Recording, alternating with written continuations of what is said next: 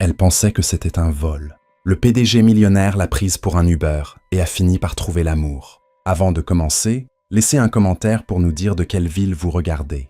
Et à la fin, n'oubliez pas de noter cette histoire de 0 à 10. Merci d'être là, bon visionnage. Tu plaisantes ?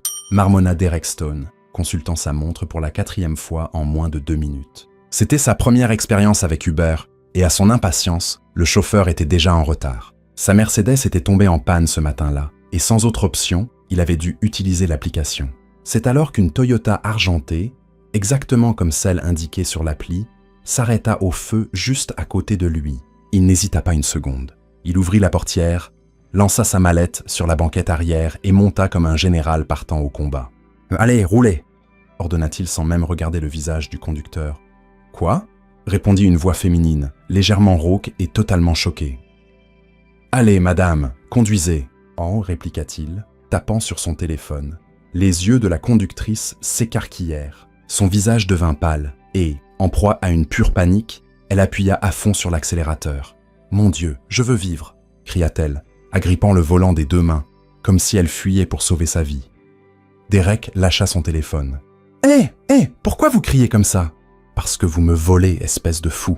hurla-t-elle, le regardant dans le rétroviseur. « Je me suis juste arrêté au feu. »« À l'aide !»« Mon Dieu, quoi ?» cria-t-il, paniquant à son tour. « Je ne vous vole pas. Vous n'êtes pas mon Uber. Je travaille dans un bureau. » Alors pourquoi vous êtes-vous arrêté devant le café comme une voiture de covoiturage ? Parce qu'il y avait un feu rouge. Bon sang ! Elle gara la voiture sur le bas-côté d'un coup sec qui faillit faire étouffer Derek avec son propre cri. Ils se regardèrent en silence pendant 3 secondes. Le moteur ronronnait encore. L'embarras emplit l'air. « D'accord », dit-il finalement avec un soupir. « C'était confus. »« Confus ? Vous avez fait irruption dans ma voiture, m'avez dit de rouler et vous avez failli me faire avoir une crise cardiaque. J'ai presque appelé la police. » Derek se gratta la nuque, essayant de rester composé.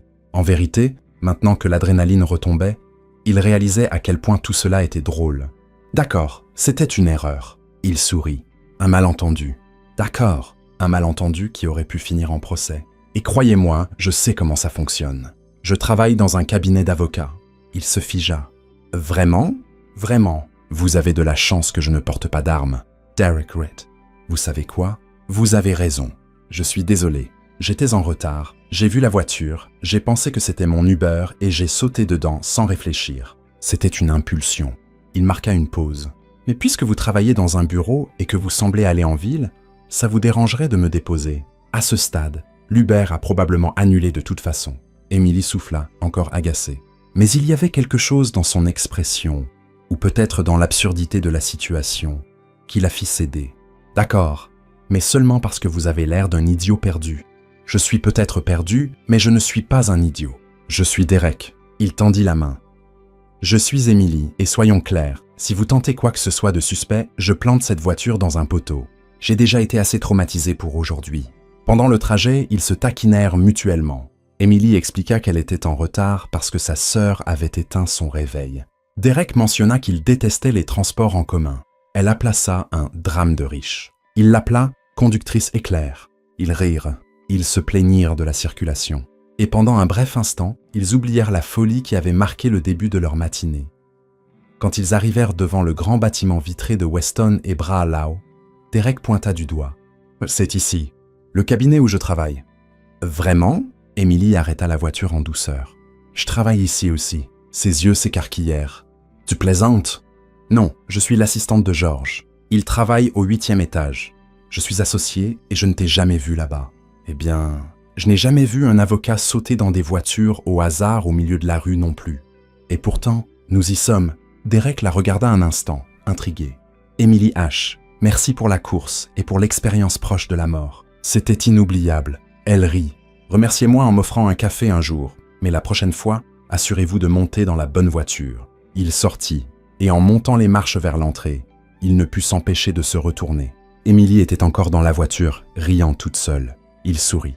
Définitivement inoubliable. Derek passa toute la matinée à essayer de se concentrer sur les contrats sur son bureau, mais son esprit revenait sans cesse à cette femme aux cheveux, brun qui l'avait presque terrifié à mort et fait rire aux éclats, quelques heures plus tôt. Chaque fois qu'il repensait, à son visage paniqué criant « Je veux vivre !» Il laissait échapper un petit rire qui fit hausser un sourcil inquiet à sa secrétaire, Martha. « Monsieur Stone ?» Martha apparut à la porte pour la 3e fois. « Vous allez bien?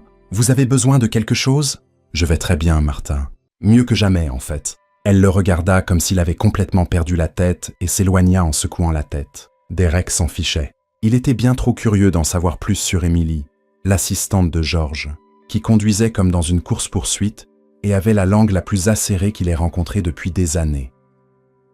À l'heure du déjeuner, Derek décida de se promener dans les couloirs avant de sortir. Pure coïncidence, bien sûr. Cela n'avait absolument rien à voir avec l'espoir de croiser Emily à nouveau. Absolument rien.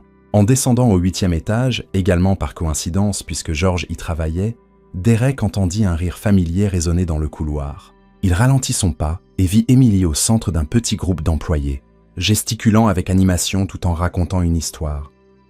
Alors j'ai dit au client, « Monsieur, vous voulez poursuivre votre voisine parce que son chat a fait caca dans votre jardin? D'accord, mais sachez que vous serez connu comme le type du procès du caca de chat pendant les 5 prochaines années. » Emily imita une voix grave et pontifiante. Il a abandonné sur le champ. Le groupe éclata de rire. Derek se cacha derrière une colonne, observant avec fascination. Emily était naturellement drôle, spontanée et captivait l'attention de tous sans même essayer. Rien chez elle n'était forcé ou calculé. Tout le contraire des gens avec qui il passait habituellement du temps, qui pesaient chaque mot comme s'ils étaient en réunion d'affaires. « Emily, t'es terrible », rit Sandra du service comptabilité. « Pauvre homme. »« Pauvre mon œil », répondit Emily en roulant des yeux. « Tu n'as pas vu la taille de la clôture qu'il voulait construire juste à cause d'un chat. On aurait dit qu'il se préparait à une invasion extraterrestre. » Derek ne put s'en empêcher et laissa échapper un rire bruyant. Tout le monde se tourna vers lui. Les yeux d'Emily s'écarquillèrent en le voyant. « Eh bien, regardez qui a décidé de se montrer, » dit-elle, croisant les bras avec un sourire malicieux. L'homme qui s'introduit dans les voitures des autres. « Eh, c'était un malentendu !» répondit Derek en s'approchant, essayant de paraître décontracté. « Et d'après ce que j'ai entendu, tu as des histoires bien plus embarrassantes que moi. Mes histoires n'impliquent pas de kidnapping accidentel. Techniquement, c'est toi qui m'as kidnappé. Je suis juste monté dans la voiture. » Le groupe observait leur échange comme s'il s'agissait d'un match de tennis. Sandra murmura quelque chose à la collègue à côté d'elle, qui couvrit sa bouche pour ne pas éclater de rire. « Oh, bien sûr, » fit Emily, feignant d'être offensée. « C'est ma faute si je conduisais ma propre voiture. C'est ta faute si tu as accéléré comme si tu étais en Formule 1. J'ai accéléré parce que je pensais que tu étais un criminel. Un criminel très bien habillé au moins. » Emily lui lança un regard, détaillant son costume parfaitement taillé. Bien habillé peut-être, mais toujours suspect. Le groupe rit de nouveau, et Derek ressentit une étrange satisfaction à avoir réussi à lui arracher ce sourire. Emily avait une façon unique de taquiner. Directe mais pas cruelle, intelligente mais pas arrogante. Et elle ne le traitait certainement pas avec la révérence habituelle qu'il recevait des autres employés du cabinet.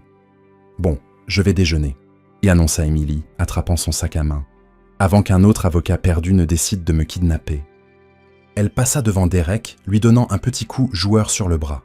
« Essaie de ne pas monter dans la mauvaise voiture cette fois, d'accord ?» Et elle s'éloigna dans le couloir, laissant Derek planté là avec un sourire idiot sur le visage. Ce qu'il ne remarqua pas, c'est George, observant toute la scène depuis l'autre bout du couloir, appuyé contre le chambranle de la porte de son bureau. Il avait capté chaque regard, chaque rire, chaque seconde de cet échange. Et il n'aimait pas ce qu'il voyait, surtout l'étincelle dans les yeux de Derek quand il regardait Emily. George connaissait ce regard. Il l'avait vu auparavant en réunion, quand Derek visait un dossier important ou une promotion. C'était le regard de quelqu'un qui avait trouvé son prochain objectif. Et c'était un problème, car George avait des sentiments pour Emily. Des sentiments qu'il n'avait jamais eu le courage d'exprimer, mais qui grandissaient silencieusement chaque jour où ils travaillaient ensemble, avec chaque rire d'Emily, chaque moment où elle montrait son intelligence aiguisée et son humour contagieux. « Monsieur George ?» Emily apparut à côté de lui, revenant de l'ascenseur. « J'ai oublié mon portefeuille. Vous allez bien? Vous avez l'air inquiet. »« Je vais bien, Emily. » répondit-il en forçant un sourire. « Je pensais juste au dossier de cet après-midi. Oh, le procès de la compagnie de construction. J'ai trié tous les documents que vous avez demandés. Ils sont sur votre bureau, organisés par date. Parfait, comme toujours. » Emily sourit et entra dans le bureau pour récupérer son portefeuille. « Emily, dit-il en s'approchant, quand tu reviendras de déjeuner, on pourra revoir les contrats de Peyton Associates. Quelque chose d'urgent est arrivé. Bien sûr, Monsieur George, répondit-elle immédiatement. Tout ce dont vous avez besoin. Quand Emily sortit du bureau avec George à ses côtés, Derek était dans le couloir, discutant avec un autre avocat. « Bon déjeuner, Emily », dit Derek avec un sourire qui n'atteignit pas tout à fait ses yeux. Il hocha la tête. « George, Derek », répondit George sur le même ton. Emily passa son regard de l'un à l'autre, ressentant une étrange tension dans l'air, mais sans pouvoir l'identifier précisément. « Bon, eh bien, je vais y aller. À plus tard. » Elle s'éloigna, laissant les deux hommes se fixer du regard. Derek fut le premier à briser le silence. « George, j'espère qu'il n'y a pas de problème si je parle à Emily. »« Un problème ?» George ajusta ses lunettes. « Pourquoi y aurait-il un problème si tu parles à mon assistante ?» L'accent sur le mot « mon » était subtil, mais Derek le capta immédiatement. « Aucune raison particulière. Je voulais juste m'assurer qu'on reste tous professionnels ici. » Nous l'avons toujours été, Derek. Toujours. Les deux hommes se séparèrent, chacun partant dans une direction différente dans le couloir. Mais tous deux savaient que quelque chose avait changé ce matin-là. Derek continua à trouver des excuses pour passer par le 8e étage le reste de la semaine. Il devait vérifier des dossiers au service juridique. Il voulait parler au personnel de recherche. Il avait oublié de signer des documents. Emily, de son côté, commença à remarquer ce schéma. Et même si elle essayait de le nier, elle trouvait amusant que Derek fasse semblant d'être décontracté, alors qu'il se donnait clairement du mal pour la croiser. « Encore toi ici ?» demanda-t-elle le jeudi en le voyant vérifier des dossiers tout près de son bureau. « J'ai le droit de me promener dans mon propre cabinet, non? Tu l'as, mais en général, les associés n'ont pas besoin de se promener dans le même couloir 5 fois par jour. » Derek fit semblant d'être offensé. « 5 fois? 3, tout au plus. C'était 7. J'ai compté. » Il rit, vaincu. « D'accord, tu m'as eu. »« Derek Stone, » dit Emily en se levant et croisant les bras. « Tu es arrogant, gênant, et visiblement, tu n'as rien de mieux à faire. » Derek attendit le « mais ».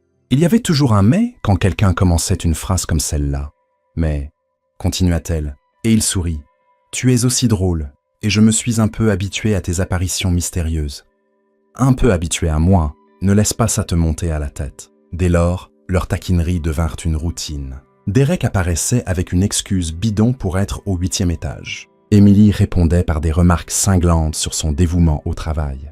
Il l'appelait conductrice kamikaze. Elle l'appelait associée perdue. Et George observait tout cela, sentant le nœud dans son estomac se resserrer à chaque rire partagé, chaque regard prolongé, chaque moment où il remarquait que Derek parvenait à faire sourire Emily d'une manière qu'il n'avait jamais réussi à faire.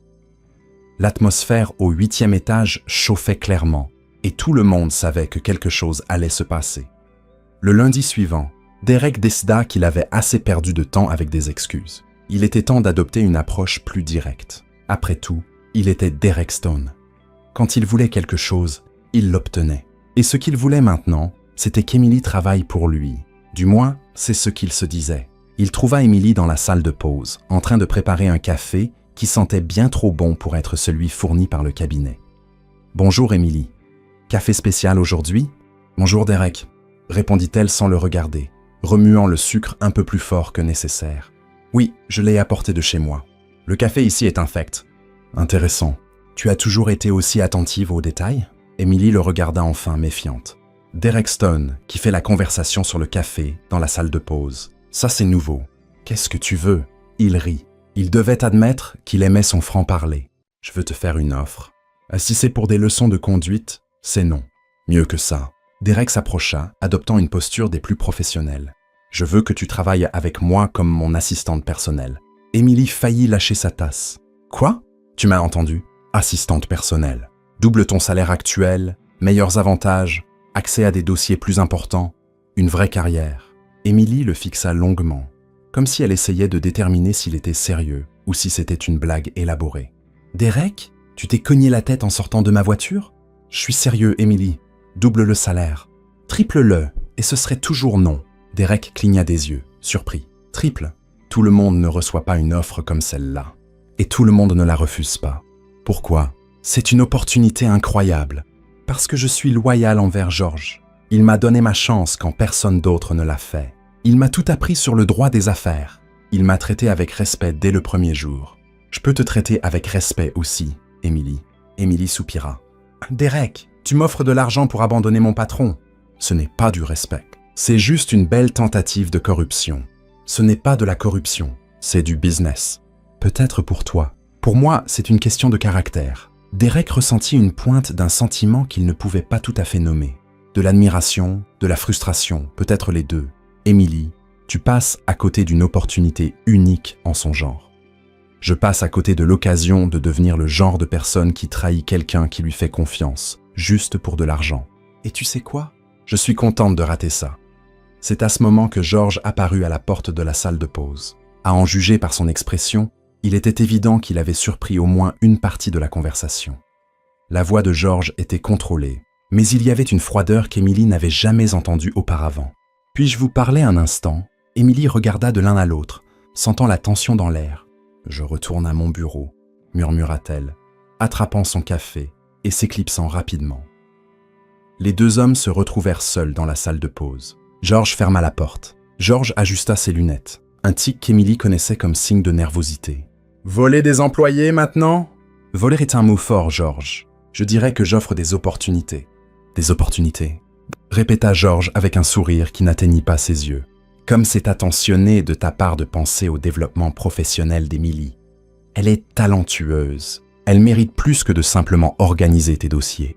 Mes dossiers ? La voix de Georges monta d'un ton.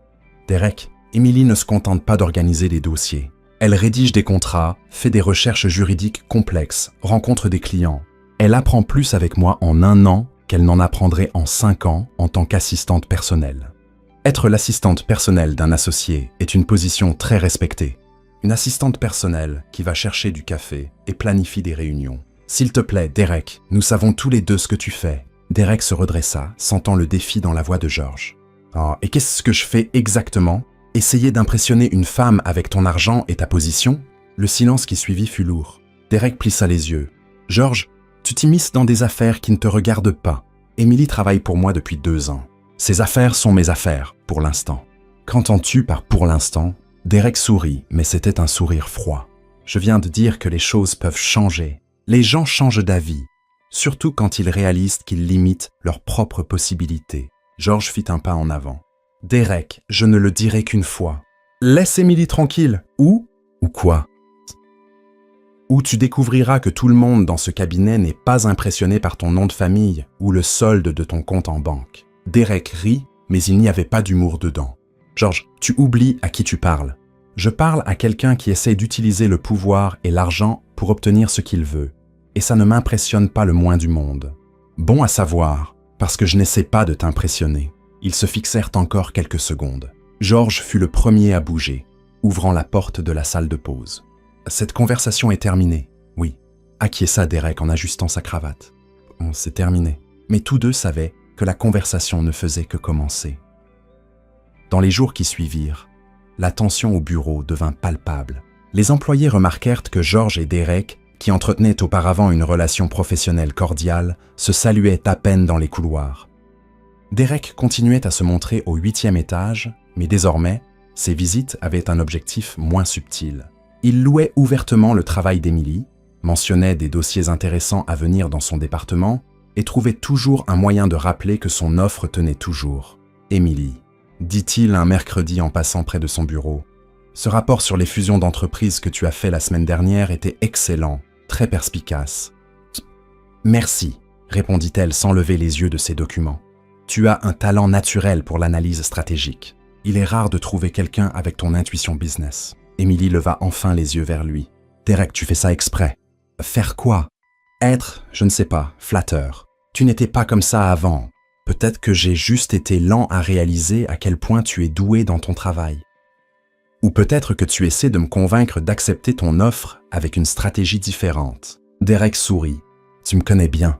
J'en sais assez pour savoir que tu ne lâches pas facilement. C'est une qualité admirable chez un avocat. Ça peut l'être. » Émilie s'adossa à son fauteuil. « Mais ça peut aussi être agaçant. » « Agaçant comment ? Comme quand tu insistes pour obtenir une réponse qui a déjà été donnée. » Georges, qui sortait de son bureau, avait assisté à tout l'échange. Il s'approcha du bureau d'Émilie avec une expression sérieuse. « Émilie, j'ai besoin que tu relises les contrats de Henderson Inc. Il y a des clauses qui doivent être réécrites. »« Bien sûr, monsieur Georges, je m'en occupe tout de suite. » Derek observa l'échange. remarquant comment Émilie accordait immédiatement toute son attention à Georges, comment elle le traitait avec un respect sincère qui allait au-delà de la hiérarchie professionnelle. Et cela le dérangeait plus qu'il ne voulait l'admettre. « Bon, » dit Derek en tapotant doucement sa main, « je vous laisse reprendre le travail. Émilie, si tu changes d'avis sur mon offre, moi non. » Elle l'interrompit, sans rudesse cependant. « On ne sait jamais. » Derek lui fit un clin d'œil et s'éloigna. Georges attendit que Derek soit hors de vue avant de parler. « Émilie, j'espère que tu sais que tu n'as pas à être poli avec lui si tu n'en as pas envie. Je sais, monsieur Georges, mais être grossière ne résoudra rien. Et honnêtement, je pense qu'il se lassera bientôt et passera à autre chose. » Georges doutait sérieusement de cela. Il connaissait Derek depuis des années, et il savait qu'une fois que Derek fixait un objectif, il ne s'arrêtait pas avant de l'atteindre. Le problème, c'était que Georges ne savait plus si l'objectif de Derek était de gagner Émilie comme employée ou comme quelque chose de plus, et cette incertitude commençait à lui coûter des nuits de sommeil.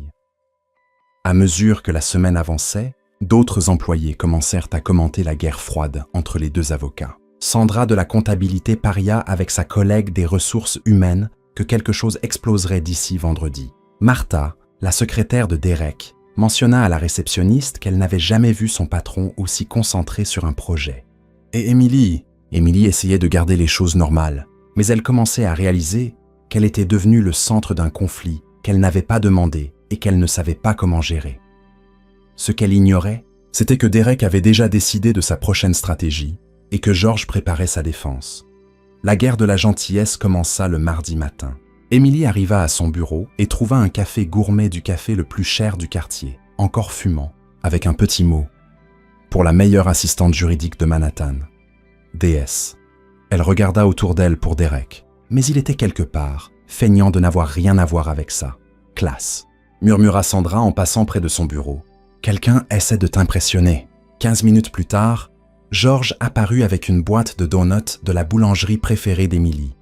La petite, Cozy, à 2 blocs du bureau. « Je me suis dit que tu voudrais quelque chose de sucré pour accompagner le café ?» dit-il en posant la boîte sur son bureau avec un sourire qui essayait de paraître décontracté. Émilie regarda le café cher, puis les donuts au style maison, et enfin Georges. « Monsieur Georges, vous n'étiez pas obligé. »« Bien sûr que si.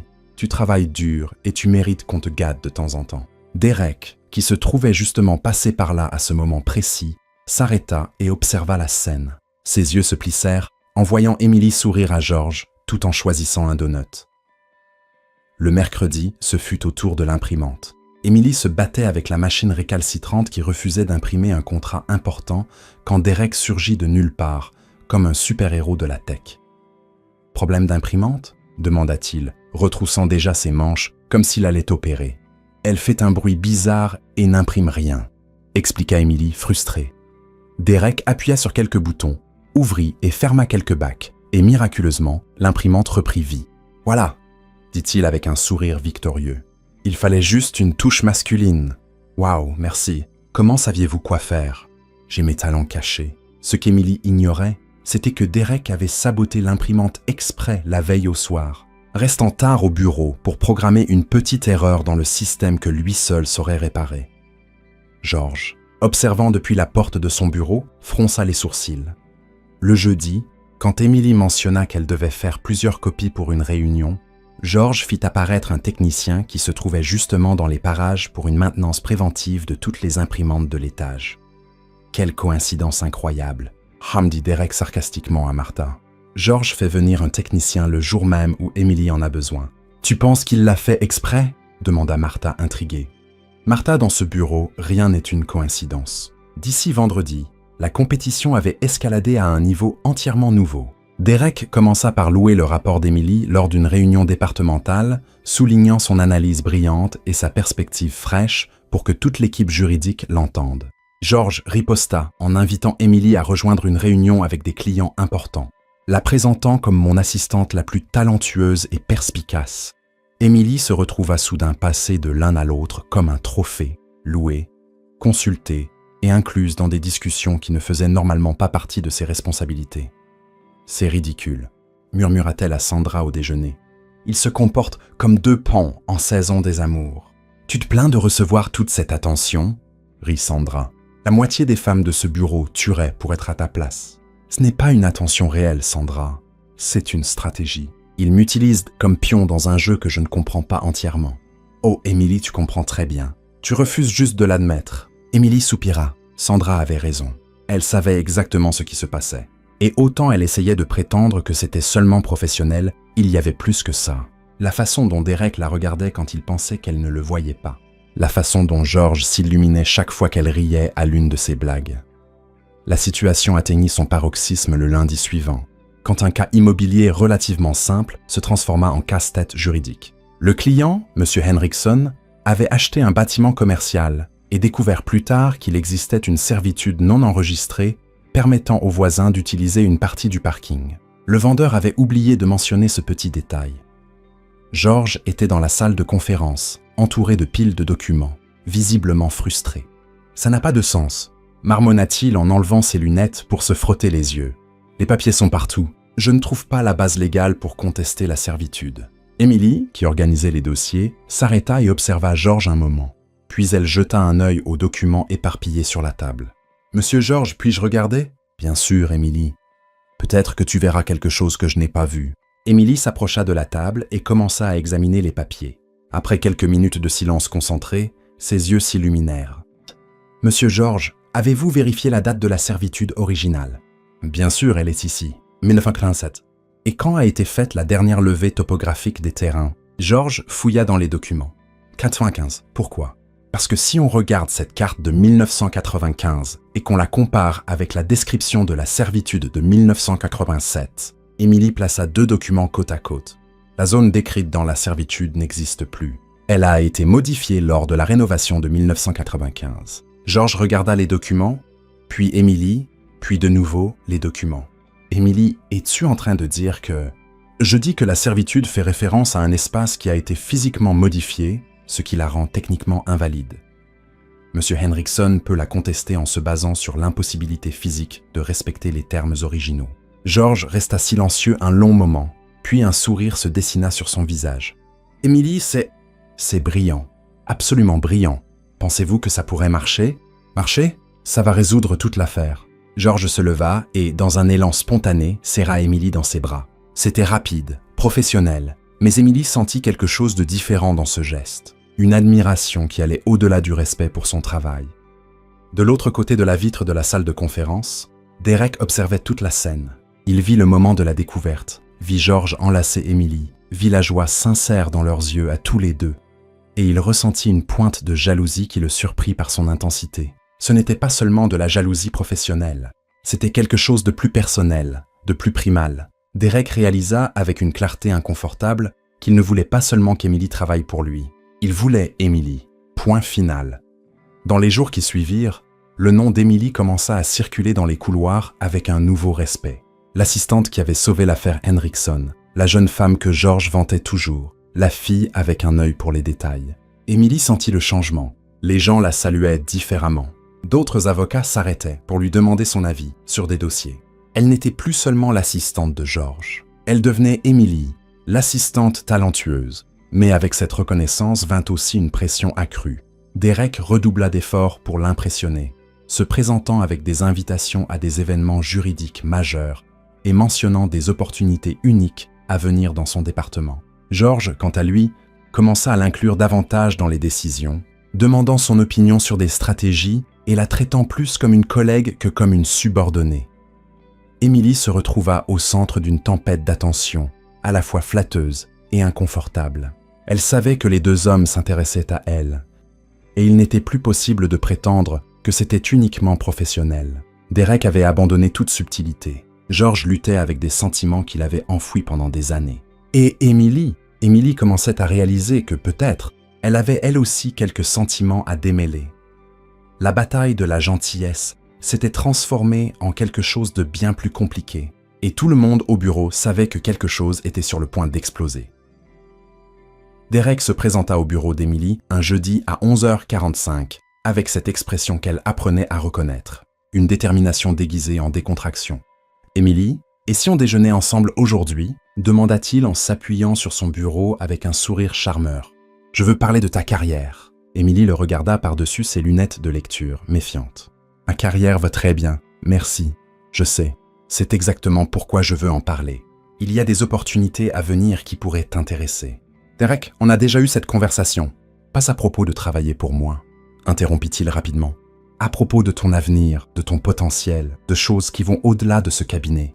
Émilie hésita. Autant elle se méfiait des intentions de Derek, autant elle devait admettre qu'elle était curieuse. D'accord, soupira-t-elle. Mais c'est moi qui choisis l'endroit. Parfait, où tu veux. Marinos, ce petit restaurant italien sur la 47e rue. Derek cligna des yeux, surpris. Il s'attendait à ce qu'elle choisisse le food truck habituel. Marinos est beaucoup plus sophistiqué que ce que j'imaginais. Ce n'est pas parce que je mange dans des food trucks que je n'ai pas de goût, Derek. Ça veut juste dire que j'ai un budget. 30 minutes plus tard, ils étaient assis à une table cosy chez Marinos, un petit restaurant italien accueillant.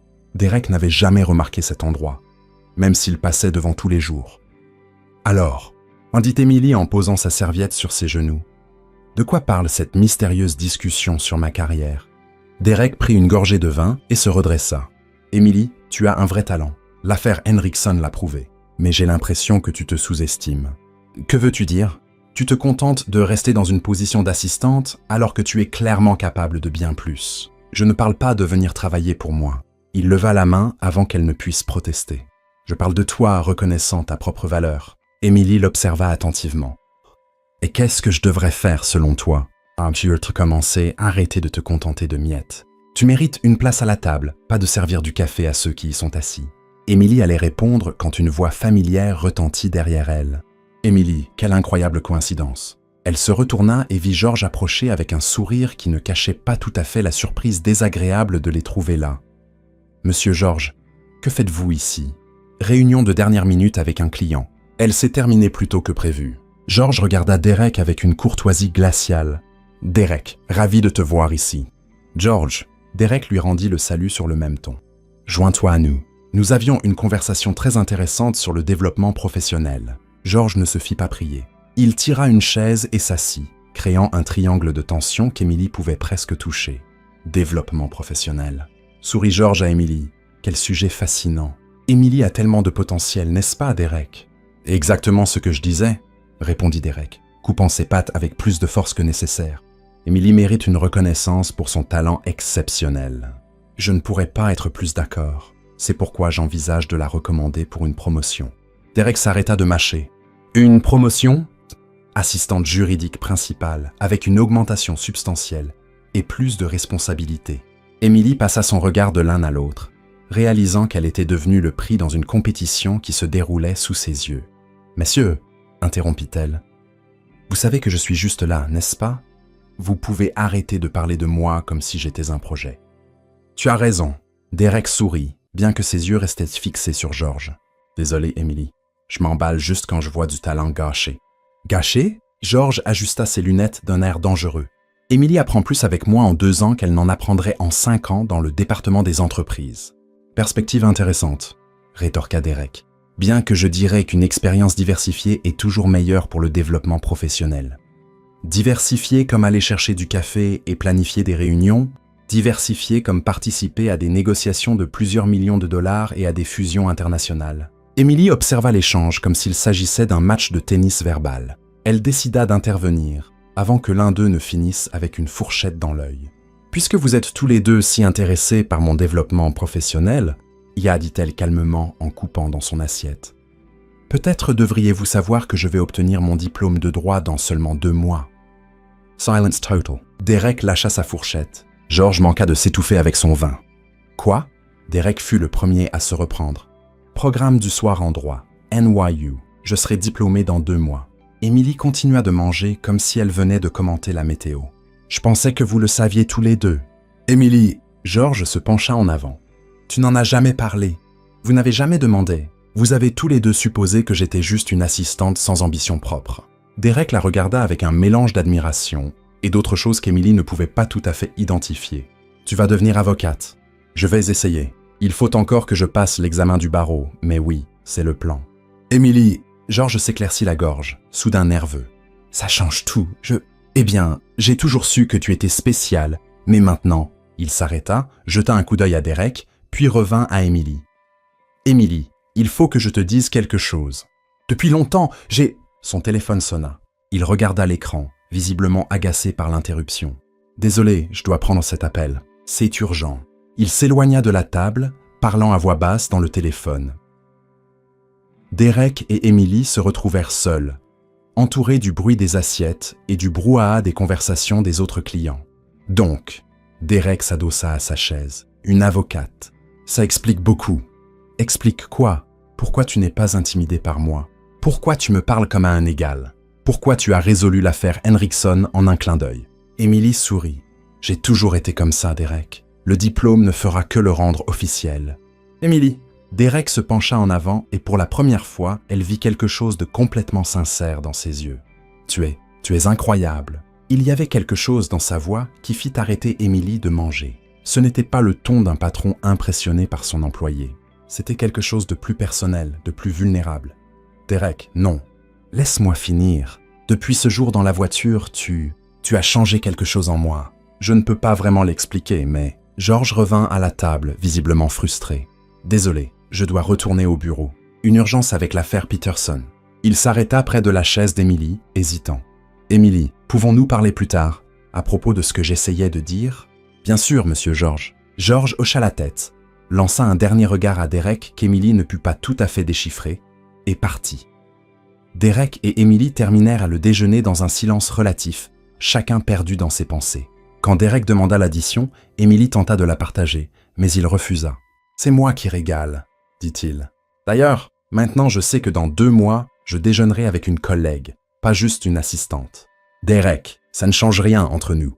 Je serai toujours moi. » « Derek, ça ne change rien entre nous. Je serai toujours moi. »« Je sais, » sourit-il, mais il y avait quelque chose de différent dans ce sourire, quelque chose de plus sérieux, de plus déterminé.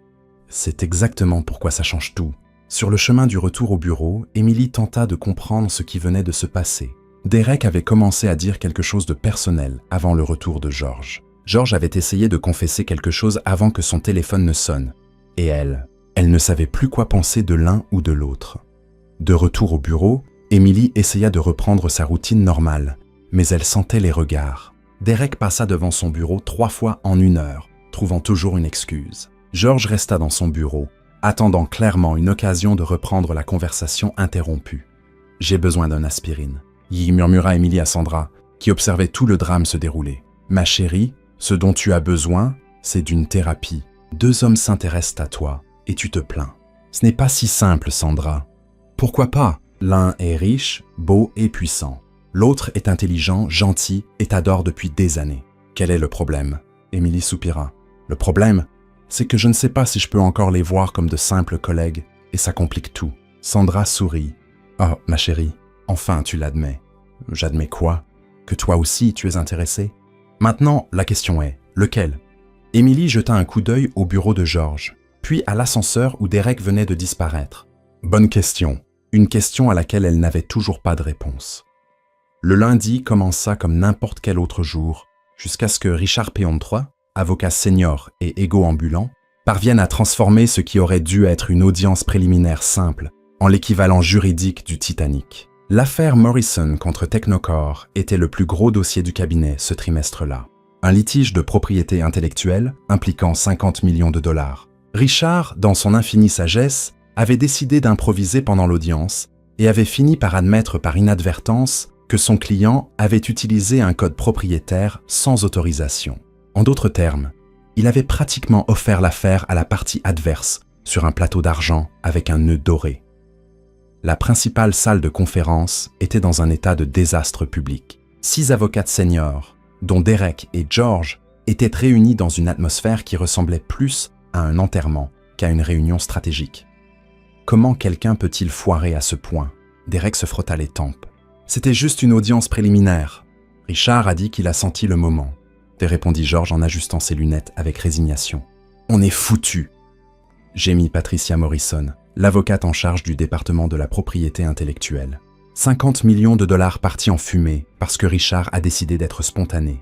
Emily était dans un coin de la pièce, organisant discrètement les documents qu'elle avait préparés pour la réunion. Techniquement, elle n'était pas censée être là. Les assistants n'assistaient pas aux réunions de crise, mais George avait insisté pour qu'elle apporte tous les dossiers de l'affaire. « Il doit y avoir quelque chose. dit Derek en frappant la table de frustration. Une faille, un précédent, quelque chose. Derek, il n'y a rien. Oh, coupa Patricia. Richard a admis une utilisation non autorisée lors d'une audience publique en présence de journalistes. C'est dans le procès-verbal officiel. Et si nous contestions la compétence du tribunal, suggéra Marcus, un autre associé. Sur quelle base? Soupira George. L'affaire relève clairement de sa juridiction. Une erreur de procédure. Il n'y a pas eu d'erreur de procédure. Il y a eu Richard étant Richard. Émilie continuait d'organiser les documents, mais elle écoutait chaque mot. Elle connaissait ce dossier mieux que quiconque dans la pièce. Elle avait passé des semaines à organiser chaque document, chaque précédent, chaque détail technique. Et elle avait remarqué quelque chose que personne d'autre ne semblait avoir vu. Peut-être, murmura-t-elle, plus pour elle-même que pour le groupe. George la regarda. « Oh, tu as dit quelque chose ?» Tous les regards se tournèrent vers elle. Émilie sentit ses joues rougir, mais elle prit une profonde inspiration. « Eh bien, peut-être qu'il y a une issue. » Derek haussa un sourcil. « Que veux-tu dire ?» Émilie s'approcha de la table et étala quelques documents. « Richard a admis avoir utilisé le code, n'est-ce pas? Mais a-t-il précisé quelle version du code a été utilisée ?»« Émilie ?» Patricia semblait sceptique. « Ça n'a pas d'importance. Un code est un code. En fait, poursuivit Émilie, ignorant l'interruption, ça a de l'importance, parce que si on regarde ici, elle pointa un document. Technocore a enregistré 3 versions différentes de ce code. La version 1.0 en 2019, la 2.0 en 2021 et la 3.0 en 2023. « Et alors ?» demanda Marcus, impatient. Émilie attrapa un autre document. « Eh bien, notre client, Morrison Industries, a développé un code similaire de manière indépendante en 2020. Tout est documenté ici. » Elle étala une série de papiers, registres de développement, courriel interne, notes des programmeurs. La salle devint silencieuse. Derek se pencha en avant. Continue. Si Richard n'a jamais précisé quelle version du code a été utilisée, et si Technocore suppose que c'est la version la plus récente, nous pouvons arguer que notre client n'a utilisé que des éléments qu'il a développés indépendamment, qui ressemblaient par hasard à la version 1.0 de Technocore. George ôta ses lunettes et la regarda avec une admiration croissante. « Émilie, es-tu en train de suggérer que… » « Je suggère que, techniquement, il n'y a pas eu de violation de propriété intellectuelle, car les éléments en question ont été développés simultanément par les deux parties. C'est un cas de développement parallèle, pas de vol. » Patricia prit les documents et les parcourut rapidement. « Mon Dieu !» murmura-t-elle. « Les dates correspondent. Tout est documenté. Mais Richard a admis l'utilisation. » commença Marcus. « Richard a admis avoir utilisé le code de Technocore. » Se cita Émilie de mémoire. « Il n'a pas précisé que c'était un code volé. Si nous prouvons qu'ils ont été développés simultanément, l'utilisation était fortuite, pas intentionnelle. » Derek fixait Émilie comme si elle venait de ramener quelqu'un d'entre les morts. « Ça pourrait marcher. »« Ça va marcher, » dit George en se levant, plein d'énergie. « Émilie, c'est brillant, absolument brillant. » La porte s'ouvrit et Elena Weston, la directrice générale du cabinet, entra. À 60 ans, Elena était une femme qui imposait le respect rien qu'en entrant dans une pièce. Cheveux argentés parfaitement coiffés, tailleur impeccable et des yeux qui semblaient percer à travers les gens. « J'espère que quelqu'un a de bonnes nouvelles, » dit-elle en fermant la porte derrière elle. « Parce que le téléphone n'arrête pas de sonner avec des clients inquiets à cause de l'incident Richard. »« Elena, Émilie vient de nous trouver une issue !» annonça George, fier. Elena regarda Émilie, qui se sentit soudain comme un insecte sous un microscope. L'assistante, la future avocate, corrigea Derek, et Émilie ressentit une vague de gratitude inattendue. Intéressant. Elena s'approcha de la table. Expliquez. Émilie prit une profonde inspiration et répéta son analyse, cette fois avec plus d'assurance. Elena écouta en silence, prenant parfois un document pour l'examiner de plus près. Quand Émilie eut terminé, Elena resta silencieuse un long moment. « Patricia, pensez-vous que cela a une chance ?»« Plus qu'une chance, » répondit Patricia, clairement impressionnée. « C'est une stratégie solide, créative mais solide. George, vous avez bien formé votre assistante, en fait. » sourit George. « Je pense qu'elle m'a formé. » Elena regarda de nouveau Émilie. « Quel âge as-tu ?»« 24 ans, madame. »« Expérience juridique préalable ?»« Seulement ce que j'ai appris ici, madame. »« Et l'école de droit ?»« NYU. Je serai diplômée dans 2 mois. » Elena hocha lentement la tête. « Émilie, tu viens de sauver une affaire de 50 millions de dollars. Félicitations. » Merci, Madame Weston. Ouais, maintenant, tout le monde dehors. J'ai besoin de passer quelques appels pour mettre cette stratégie en place avant qu'il ne soit trop tard. Emily, reste. Derek et George échangèrent un regard inquiet, mais ils n'avaient d'autre choix que de partir. Emily se retrouva seule avec la femme la plus puissante du cabinet. « Assieds-toi ». Elena désigna une chaise. Emily obéit, essayant de ne pas paraître aussi nerveuse qu'elle l'était. Emily, en 20 ans à la tête de ce cabinet, j'ai rarement vu quelqu'un de ton âge faire preuve d'un tel niveau d'analyse stratégique. D'où vient cette idée? Eh bien, j'ai lu tous les documents plusieurs fois, en les organisant, en les classant, et j'ai commencé à remarquer des schémas, des incohérences. Ça semblait évident qu'on passait à côté de quelque chose. Évident, répéta Elena avec un demi-sourire. Pour toi peut-être. Pour 6 avocats seniors avec des décennies d'expérience, apparemment pas. Emily ne savait pas quoi dire. Emily, as-tu des projets après ton diplôme? Pas encore, madame. Je pensais essayer des cabinets plus petits, acquérir de l'expérience. Et si tu acquérais de l'expérience ici? Emily cligna des yeux. Que voulez-vous dire? Je veux dire, en tant qu'avocate junior travaillant directement avec moi. Le silence qui suivit fut seulement interrompu par le son étouffé des téléphones sonnant à l'extérieur. Madame Weston, je ne sais pas quoi dire. Madame Weston, je ne sais pas quoi dire. Dis que tu vas y réfléchir, mais ne prends pas trop de temps. Un talent comme le tien ne se présente pas tous les jours. Elena se leva. Maintenant, va. J'ai une affaire à sauver grâce à ton idée brillante. Emily quitta le bureau, légèrement chancelante. Dans le couloir, elle trouva Derek et George qui attendèrent avec anxiété. « Alors » demanda George immédiatement. « Que voulait-elle » ajouta Derek en s'approchant. Emily regarda les 2 hommes, encore en train de digérer ce qui venait de se passer. « Je crois que je viens de recevoir une offre d'emploi. » Derek et George échangèrent un regard, réalisant tous deux au même moment qu'Emily ne serait plus seulement l'assistante pour laquelle ils se disputaient. Dans 2 mois, elle serait avocate. Et maintenant, apparemment, elle serait une avocate travaillant directement avec Elena Weston. Le jeu avait complètement changé, et ni Derek ni George ne savaient plus quelles étaient les règles. Le lendemain matin, Emily était encore en train de digérer les événements de la veille quand Martha apparut à son bureau avec une expression solennelle. « Emily, Madame Weston veut vous voir dans son bureau. » Tout de suite. Le bureau d'Elena était au dernier étage, un endroit qu'Emily n'avait visité qu'une seule fois en 2 ans au cabinet, pour livrer des documents urgents. C'était un sanctuaire d'efficacité et d'élégance, avec une vue panoramique sur Manhattan et un bureau qui semblait avoir été sculpté dans un arbre ancien. Elena se tenait derrière le bureau, parlant au téléphone d'un ton autoritaire. « Non, Michael, je n'accepte pas les excuses. Le rapport aurait dû être sur mon bureau hier. » Elle fit signe à Emily de s'asseoir. « Réglez ça d'ici la fin de la journée ou trouvez un autre travail. » Elle raccrocha et se tourna vers Emily avec un sourire qui parvenait à être à la fois chaleureux et intimidant. « Emily, merci d'être venue. »« Café ?»« Non, merci, Madame Weston. »« Elena, tu peux m'appeler Elena. » Emily cligna des yeux, surprise.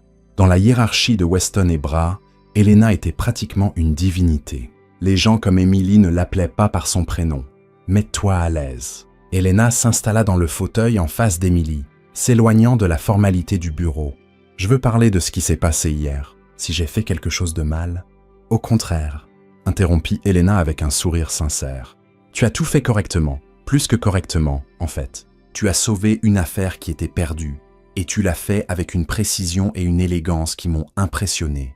Même moi. » Emily sentit ses joues chauffer. « J'ai juste remarqué des incohérences dans les documents. » « Emily, tu viens de minimiser une analyse stratégique que 6 avocats seniors ont complètement manqué. Ce n'est pas juste remarquer des incohérences, c'est un talent authentique. » Elena s'adossa à son fauteuil, étudiant Emily attentivement. « Parle-moi de toi, de ton histoire, de tes objectifs. Qu'est-ce qui t'a amené ici ?» Emily hésita un instant, puis commença à parler. Elle raconta son enfance à Queens, ses jobs à temps partiel pendant l'université, son choix du droit parce qu'elle voulait changer le monde. Elena écouta attentivement, posant des questions précises qui montraient un intérêt sincère. « Et pourquoi as-tu choisi de rester ici comme assistante pendant 2 ans, au lieu de chercher des opportunités dans d'autres cabinets ?»« George, » répondit Emily sans hésiter. « Il m'a donné ma chance quand personne d'autre ne l'a fait. Il m'a appris tout ce que je sais sur le droit des affaires. Je lui devais ça. » Elena hocha la tête, visiblement satisfaite de la réponse. « La loyauté est une qualité rare de nos jours. Mais Émilie, il arrive un moment où la loyauté peut devenir une limite à ta propre croissance. Que voulez-vous dire? Je veux dire que tu as un talent qui va bien au-delà de l'organisation de dossiers et de la planification de réunions. Hier, tu as prouvé que tu peux penser stratégiquement, agir sous pression et trouver des solutions créatives à des problèmes complexes. Ce sont les qualités d'un grand avocat, pas d'une assistante. Émilie sentit son cœur s'accélérer. Ou Mademoiselle Weston. Helena, que voulez-vous dire? Je veux que tu travailles directement avec moi en tant qu'assistante exécutive, avec des responsabilités bien au-delà de ce que tu fais maintenant. Tu participerais à des réunions stratégiques, aiderais à façonner les politiques du cabinet, travaillerais sur des dossiers de haut niveau. Ce serait une transition naturelle pour quand tu seras diplômée et deviendras officiellement avocate. Émilie resta silencieuse, essayant de digérer l'offre. Reste inattendu. Émilie, je vais être directe avec toi. J'ai observé ta situation avec George et Derek ces dernières semaines. Ce sont tous les deux d'excellents hommes, mais ils te regardent à travers des prismes différents. George voit l'assistante loyale qu'il veut protéger. Derek voit le défi qu'il veut gagner. Moi, je vois la future avocate qui a besoin d'espace pour grandir. Émilie se redressa sur sa chaise. Et que m'offrez-vous exactement? Je t'offre la chance d'être vue pour ce que tu es vraiment. Une professionnelle talentueuse avec un potentiel illimité. En travaillant avec moi, tu seras exposé aux aspects les plus stratégiques du cabinet. Tu rencontreras des clients majeurs et tu acquerras une expérience qui te préparera à devenir associé un jour. Associé? Émilie manqua de s'étouffer. Pourquoi pas? Si tu continues à montrer le type de perspicacité que tu as démontré hier, je ne vois aucune raison pour que tu n'y arrives pas dans quelques années. Émilie regarda par la fenêtre, voyant la ville s'étendre à l'infini devant elle. Il y a 2 semaines, sa plus grande préoccupation était de survivre à la guerre froide entre Derek et George. Maintenant, la femme la plus puissante du cabinet lui offrait un avenir qu'elle n'avait jamais osé imaginer. Helena, j'accepte. Helena sourit, et pour la première fois depuis qu'Émilie la connaissait, elle semblait réellement ravie. Excellent. Tu commences lundi prochain. Je vais faire préparer ton nouveau bureau. Nouveau bureau? Tu auras besoin de ton propre espace. Et Émilie, félicitations. Tu viens de faire le premier pas vers une carrière brillante. La nouvelle se répandit dans le cabinet, comme une traînée de poudre. À l'heure du déjeuner, tout le monde savait qu'Emily Carter avait été promue assistante exécutive d'Helena Weston. Derek l'apprit de Martha, qu'il avait entendu de la secrétaire d'Helena, qui avait vu Emily sortir du bureau de sa patronne avec un sourire éclatant. George l'apprit quand Emily entra dans son bureau pour lui parler. « Monsieur George ». Elle frappa à la porte, entrant avec une expression à la fois déterminée et désolée. « J'ai besoin de vous parler ». George la regarda et sut immédiatement que quelque chose avait changé. Il y avait quelque chose de différent dans la posture d'Emily, une nouvelle confiance qui n'était pas là la veille. « Bien sûr, Emily, assieds-toi. Je préférerais rester debout. C'est officiel. » George sentit son estomac se nouer. « Emily, que s'est-il passé? » « Helena m'a offert un poste d'assistante exécutive. J'ai accepté. Silence total. » George ôta ses lunettes et les nettoya soigneusement. Un geste qu'Emily reconnaissait comme un signe qu'il digérait une nouvelle difficile. « Je vois, dit-il enfin. Et quand commences-tu? »« Lundi prochain. » C'est très rapide. Emily s'approcha de son bureau. « Je veux que vous sachiez que cette décision n'a rien à voir avec notre collaboration. Vous avez été un mentor incroyable pour moi. Vous m'avez appris tout ce que je sais. Mais tu dois penser à toi, » termina George avec un sourire triste. « Emily, je comprends, vraiment. Vous n'êtes pas en colère? » « En colère ?» George laissa échapper un rire sans joie. « Emily, je suis fier. Tu fais exactement ce que tu devrais faire. C'est juste que... » Il s'arrêta, la regardant avec une expression qu'Emily n'avait jamais vue auparavant. « C'est juste que tu vas me manquer plus que je ne le devrais. » Emily sentit une douleur dans sa poitrine, mais resta ferme. « George, vous serez toujours spécial pour moi, mais je dois faire ça. J'ai besoin de penser à mon avenir. »« Je sais, » soupira-t-il. « Et tu as raison. » Derek, en revanche, ne prit pas la nouvelle aussi gracieusement. « Elle a fait quoi ?» cria-t-il presque à Martha, qui avait eu le malheur de mentionner la promotion d'Emily avec désinvolture. « Monsieur Stone, vous allez bien ?» Derek passa une main dans ses cheveux, les ébouriffant pour la première fois depuis que Martha le connaissait. « Helena Weston. » Bien sûr, ce serait Helena Weston. « Monsieur ?»« Rien, Martha. Vous pouvez partir. » Derek resta seul dans son bureau, regardant par la fenêtre sans vraiment rien voir. Il avait complètement sous-estimé Emily. Il pensait pouvoir la séduire avec du charme et des offres financières, mais elle avait choisi quelque chose qu'il ne pouvait pas offrir. Un respect professionnel sincère et une véritable opportunité de croissance, et ça le dérangeait plus qu'il ne voulait l'admettre. Dans les jours qui suivirent, la transformation d'Emily était visible pour tout le monde. Elle traversait les couloirs la tête haute, saluait ses collègues avec une nouvelle assurance, et lorsque Derek ou George tentèrent de lui parler, elle répondait avec une courtoisie professionnelle, mais sans la familiarité d'autrefois. Emily. Elle l'intercepta Derek un vendredi près de l'ascenseur. « Félicitations pour ta promotion. »« Merci Derek. Puis-je t'inviter à prendre un café pour fêter ça ?»« Puis-je t'inviter à prendre un café pour fêter ça ?» Emily le regarda calmement. « Derek, j'apprécie l'invitation, mais je pense qu'il vaut mieux que nous gardions notre relation strictement professionnelle désormais.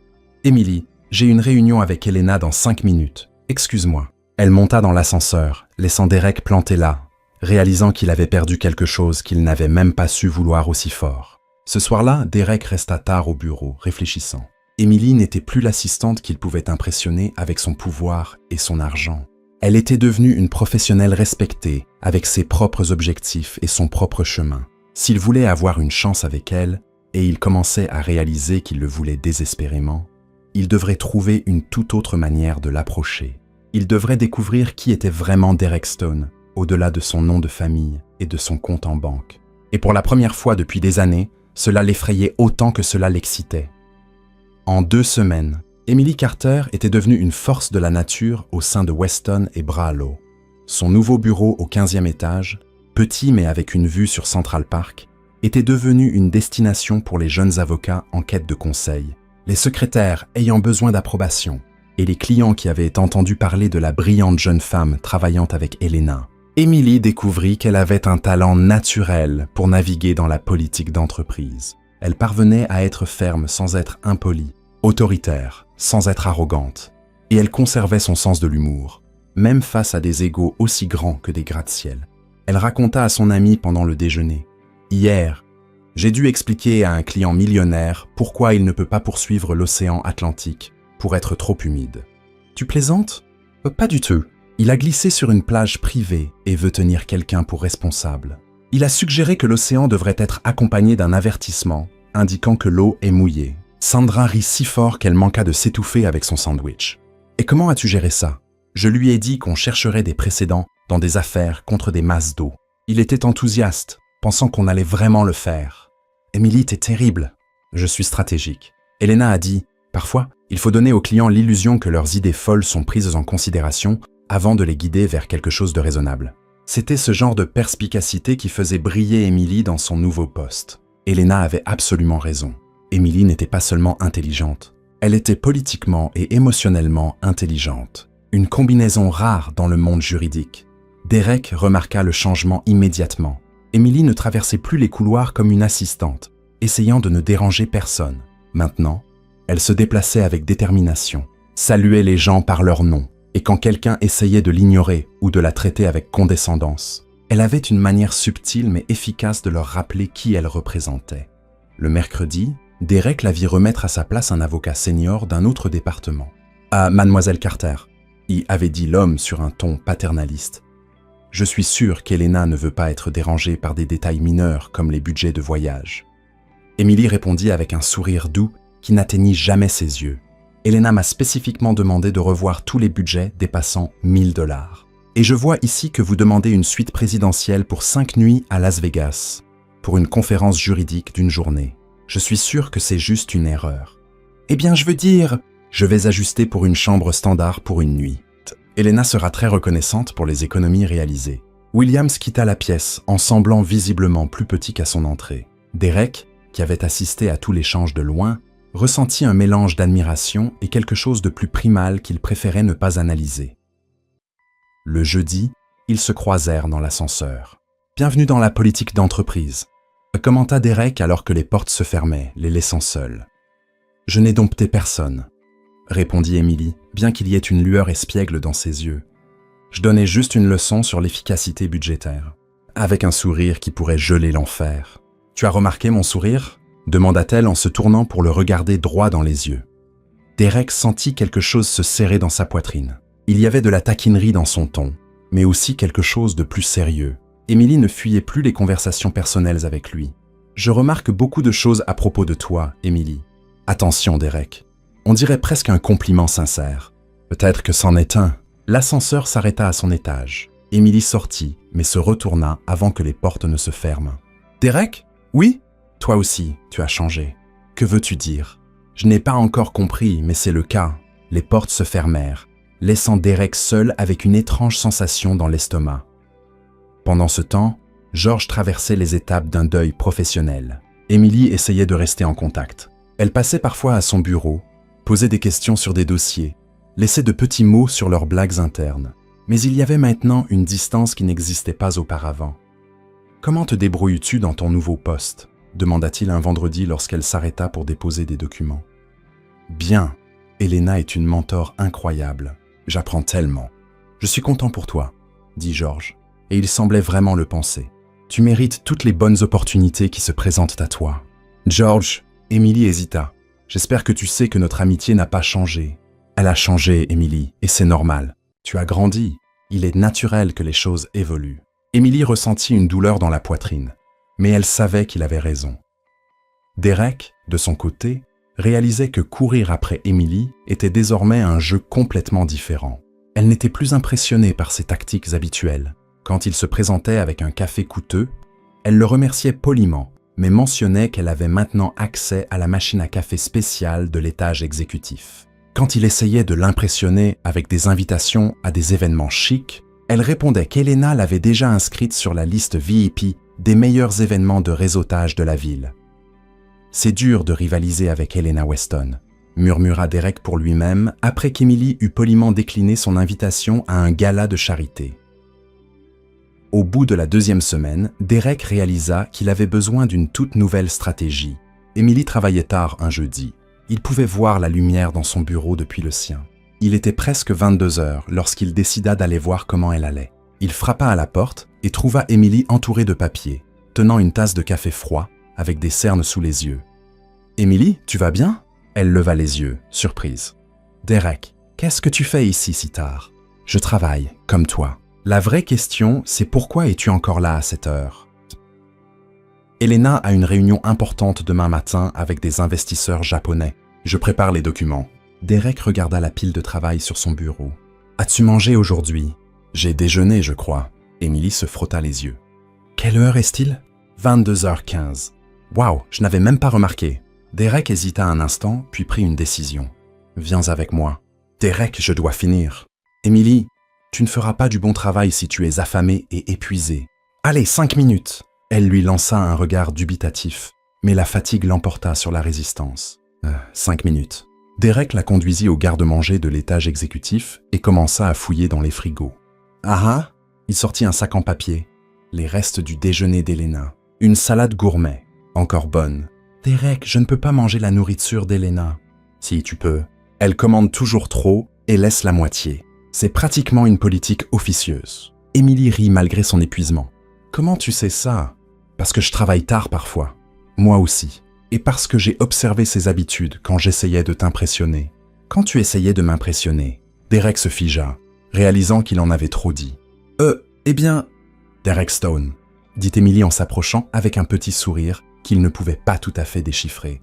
Es-tu en train de me dire que tu as étudié Elena juste pour m'impressionner? Peut-être? C'est un peu pathétique. Merci pour l'honnêteté brutale, mais c'est aussi un peu mignon. Derek la regarda, essayant de déterminer si elle le taquinait ou si elle était sérieuse. « Emily, puis-je te poser une question ?»« Bien sûr. Pourquoi es-tu vraiment ici? Et ne me dis pas que c'est à cause du travail. » Derek resta silencieux un long moment, regardant Emily, ses cheveux légèrement en désordre, sa blouse froissée par la longue journée, mais ses yeux toujours vifs et alertes. « Parce que tu es différente de toutes les personnes que j'ai rencontrées. Parce que je n'arrête pas de penser à toi. Et parce que, honnêtement, je ne sais même pas si je cherche encore à te conquérir ou si j'ai déjà été conquis. » Emily cligna des yeux, clairement pas préparée à autant d'honnêteté. « Derek, tu n'as pas à dire quoi que ce soit maintenant. Réfléchis-y, d'accord ?» Il se dirigea vers la porte, puis se retourna. « Et Emily, mange cette salade. Elena aura besoin de toi au meilleur de ta forme demain. » Emily resta seule dans la salle de pause, tenant la salade et essayant de comprendre ce qui venait de se passer. Derek Stone venait de se montrer vulnérable, et pour la première fois depuis qu'elle l'avait rencontré, Emily trouva cela plus attirant que toute la confiance arrogante du monde. Peut-être que Sandra avait raison. Peut-être que le jeu avait vraiment changé.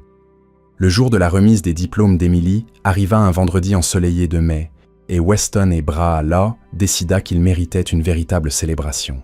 Elena avait organisé une petite réception dans la salle de conférence principale, avec du champagne français, des canapés élégants et un gâteau qui coûtait plus cher que le loyer mensuel d'Emily. La moitié du cabinet était là, des associés aux stagiaires, tous curieux de voir l'ascension officielle de la jeune femme qui avait sauvé l'affaire Morrison et gagné le respect d'Elena Weston. Emily arriva directement de la cérémonie de remise des diplômes, encore en toge noire, tenant son diplôme comme s'il était fait d'or pur. Ses parents étaient déjà rentrés chez eux, ils devaient travailler le samedi. Mais Emily s'en fichait, sa véritable famille professionnelle était là. Elena tapa légèrement sur son verre de champagne, attirant l'attention de la salle. « Je voudrais porter un toast rapide. » La salle plongea dans un silence respectueux. Emily sentit son visage rougir, alors que tous les regards se tournaient envers elle. Emily Carter est arrivée chez nous il y a 2 ans, en tant qu'assistante dévouée. Aujourd'hui, elle obtient son doctorat en droit de NYU, et je peux dire avec confiance que ce cabinet a gagné non seulement une avocate, mais une future leader. Des applaudissements polis se répandirent dans la pièce. Emily sourit, essayant de ne pas paraître aussi émue qu'elle l'était. Emily a montré non seulement des compétences techniques exceptionnelles, mais aussi la sagesse et le jugement qui distinguent les bons avocats des grands. Et j'ai le plaisir d'annoncer qu'à partir de lundi, elle sera officiellement promue avocate junior, travaillant sur des dossiers de haut niveau aux côtés de notre équipe senior. Cette fois, les applaudissements furent plus enthousiastes. Sandra cria « Vas-y, Emily !» depuis le fond, provoquant des rires tout autour. Emily rit aussi, se sentant un instant comme l'héroïne d'un film où tout finit bien. Derek observait depuis un coin de la salle, essayant de garder une expression neutre et professionnelle, mais échouant lamentablement. Il y avait de la fierté dans ses yeux, et quelque chose d'autre qu'Emily ne pouvait pas tout à fait définir. Quand leurs regards se croisèrent, il leva son verre dans un salut silencieux. George était là aussi, mais il gardait une distance respectueuse. Il applaudit sincèrement lorsque Elena termina son discours, bien qu'Emily perçût une trace de tristesse dans son expression. Elle prit mentalement note de lui parler plus tard. Elle ne voulait pas que son ascension professionnelle coûte une amitié qu'elle chérissait. Et maintenant, y conclut Elena, célébrons comme il se doit. Emily, félicitations. Tu mérites chaque once de reconnaissance que tu reçois. Le reste de l'après-midi passa dans un tourbillon de félicitations, de poignées de main et de conversations sur les futurs dossiers. Emily se retrouva présentée à des clients importants, discutant de stratégies juridiques comme une égale, et consultée sur des questions qui, ce matin encore, auraient été bien au-dessus de son rôle. C'était à la fois exaltant et terrifiant. Vers 18h, alors que la réception touchait à sa fin et que les gens commençaient à partir, Derek s'approcha d'elle. « Docteur Carter », dit-il avec un sourire espiègle. « Puis-je voler quelques minutes de votre emploi du temps chargé ?»« Dr. Stone », répondit-elle sur le même ton. « Je pense que je peux vous caser entre mes rendez-vous importants. » Quelle générosité. Alors, comment comptes-tu célébrer ta première soirée en tant qu'avocate officiellement diplômée? Emily réfléchit un instant. « Je vais probablement rentrer chez moi, commander une pizza et regarder un film affreux sur Netflix. Rien de glamour. Intéressant. » Derek inclina la tête. « Puis-je suggérer une alternative? Ça dépend. Est-ce que ça implique des restaurants chics et des discussions de réseautage? Au contraire, ça implique une pizza bon marché et des films objectivement terribles. Je pensais qu'on pourrait célébrer à l'ancienne. » Emily le regarda surprise. Derek Stone suggérant une pizza bon marché. « Tu vas bien? Peut-être que j'essaie quelque chose de nouveau. Alors, qu'en dis-tu? Veux-tu célébrer ton diplôme en droit de la manière la plus anticlimatique possible ?» Emily rit. Il y avait quelque chose dans la suggestion de Derek qui était à la fois inattendue et parfaitement adaptée à son humeur. « Tu sais quoi? Je suis partante. Mais c'est moi qui choisis le film. Marché conclu. Mais si tu choisis une comédie romantique larmoyante, je devrais reconsidérer notre partenariat professionnel. Derek, tu ne me connais visiblement pas assez bien. Je ne regarde que des films d'action des années 80 avec des budgets douteux et des effets spéciaux encore pires. Maintenant, je suis vraiment intrigué. 2 heures plus tard, ils étaient dans l'appartement de Derek, qui était exactement ce qu'Emily avait imaginé. Minimaliste, cher, et avec une vue qui coûtait probablement plus que le PIB de certains petits pays. Derek avait tenu sa promesse. Une pizza d'un endroit local qu'Emily n'aurait jamais imaginé qu'il connaissait même. Du soda d'une machine distributrice. Et un film intitulé Explosive Command 3. La revanche, qui semblait avoir été réalisé avec un budget de 500 $ et beaucoup de courage. C'est artistiquement discutable, remarqua Derek en regardant une scène où le personnage principal battait apparemment 10 ninjas avec seulement un marteau en caoutchouc. C'est un chef-d'œuvre. Moi, je défendis Emily en volant une part de pizza. Regarde cette physique complètement impossible. Le type vient de sauter d'un immeuble, de rouler le long d'une colline escarpée et de se relever sans une égratignure. Et maintenant, il conduit une moto dans un hélicoptère. Exactement. De l'art pur. Derek rit, et Emily réalisa qu'elle ne l'avait jamais vu aussi détendue. Pas de costume impeccable, pas de posture professionnelle, pas de besoin d'impressionner qui que ce soit. Il portait un jean et un simple t-shirt, ses cheveux légèrement en désordre, et il avait l'air d'un humain normal. « Puis-je te demander quelque chose ?» dit Emily pendant une pause publicitaire particulièrement longue. « Bien sûr. Pourquoi as-tu suggéré ça ? Une pizza et un mauvais film ne semblent vraiment pas être ton style. » Derek hésita, tripotant l'étiquette de la bouteille de soda. « Te souviens-tu de notre première rencontre ? Enfin, de notre premier malentendu, quand tu es monté dans ma voiture en pensant que c'était un Uber et que je t'ai presque terrorisé à mort. » Exactement. Ce jour-là, tu m'as dit que nous venions de mondes différents. Toi, les food trucks, moi, les restaurants chics. Et tu avais raison. Emily l'observa attentivement. Et j'ai réalisé que j'aime mieux ton monde que le mien. Il y avait quelque chose dans sa voix qui fit arrêter Emily de prétendre regarder le film. Derek. Emily, puis-je être honnête avec toi ? Toujours. Quand je t'ai rencontré pour la première fois, tu étais un défi, quelque chose que je voulais conquérir, parce que ce n'était pas facile à obtenir. Mais à un moment donné, je ne sais même pas exactement quand, tu as cessé d'être un défi et tu es devenu toi. Emily sentit son cœur s'accélérer. Que veux-tu dire ? Je veux dire que je ne veux plus te conquérir, je veux te connaître. Je veux savoir quel film affreux tu aimes, quel type de pizza tu préfères, à quoi tu ressembles quand tu ris vraiment. Ils étaient assis sur le canapé, assez proches pour qu'Emily sente la chaleur qui émanait de lui. Derek se tourna pour la regarder directement. « Emily, Il se pencha légèrement et Emily réalisa qu'il allait l'embrasser. Son cœur battait la chamade, mais elle ne recula pas. Au contraire, elle se pencha vers lui. Puis, à la dernière seconde, Derek s'arrêta. « Je ne devrais pas », murmura-t-il en reculant légèrement. « Pourquoi pas ?» demanda Emily, se surprenant elle-même par son audace. « Parce que quand je t'embrasserai, et il venait de dire quand, pas si. Je veux que ce soit parce que tu le veux, pas parce que c'est une soirée spéciale, ou parce que nous sommes pris dans le moment. » Emily regarda dans ses yeux et vit quelque chose qu'elle n'avait jamais vu chez Derek Stone auparavant.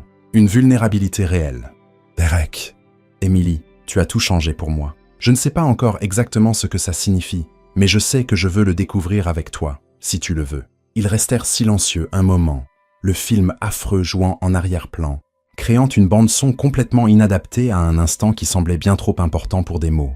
« Je pense que je devrais y aller », dit enfin Emily, mais sans aucune urgence. « Je pense aussi », acquiesça Derek, mais sans bouger. Ils se regardèrent encore quelques secondes, et Emily eut la étrange sensation que quelque chose avait été décidé sans qu'aucun d'eux ne dise exactement quoi. À la porte, Derek l'aida avec son manteau. « Emily, félicitations. Vraiment, tu vas être une avocate incroyable. »« Merci. Et Derek, merci pour la soirée la plus normale que j'ai eue depuis des mois. » Elle s'éloigna, mais pas avant d'effleurer légèrement son bras. Derek resta à la porte, regardant Emily entrer dans l'ascenseur. Quand les portes se fermèrent, il appuya son front contre le mur et sourit. Le jeu avait définitivement changé. Maintenant, la question n'était plus de savoir qui conquérirait l'autre. C'était de savoir qui aurait le courage de se confesser en premier. Derek passa 3 jours à planifier le dîner parfait. Une table dressée avec de la porcelaine que sa mère avait insisté pour qu'il achète et qu'il n'avait jamais utilisée. Des bougies importées qui coûtaient plus cher qu'un salaire mensuel d'avocat junior. Du vin français d'un millésime que le vendeur avait juré être transcendantal. Une playlist soigneusement choisie avec du jazz doux, qui n'était ni trop romantique, ni trop évident. Il avait répété l'invitation 3 fois devant le miroir avant d'aller trouver Emily le lundi. « Emily, aimerais-tu dîner avec moi jeudi ?» avait-il demandé, essayant de paraître décontracté en s'appuyant contre le chambranle de la porte de son bureau. Un dîner comme pour parler de dossier Ou un vrai dîner, demanda-t-elle, le regardant par-dessus ses lunettes de lecture. Un dîner où je veux passer du temps avec toi sans parler une seule fois de travail. Émilie sourit. D'accord, mais rien de trop chic, hein? Je ne veux pas me sentir comme à un entretien d'embauche. Je promets que ce sera détendu. Derek mentit effrontément. Le jeudi à 19h, Derek vérifiait la table pour la 10e fois quand la sonnette retentit. Il prit une profonde inspiration, lissa sa chemise et ouvrit la porte, prêt à impressionner Émilie avec sa sophistication. Émilie se tenait dans le couloir, tenant une boîte de pizza de chez Tony et une bouteille de jus d'orange. « Salut !» dit-elle avec un sourire malicieux. « J'ai apporté quelque chose pour le dîner. » Derek cligna des yeux, essayant de digérer la scène. « Émilie, tu as apporté une pizza.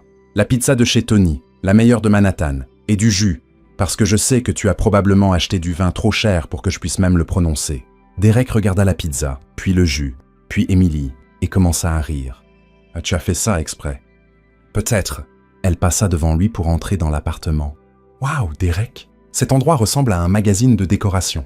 Combien de bougies as-tu allumées ?»« Juste quelques-unes. Il y en a au moins 20, Derek. Tu vas mettre le feu à l'immeuble.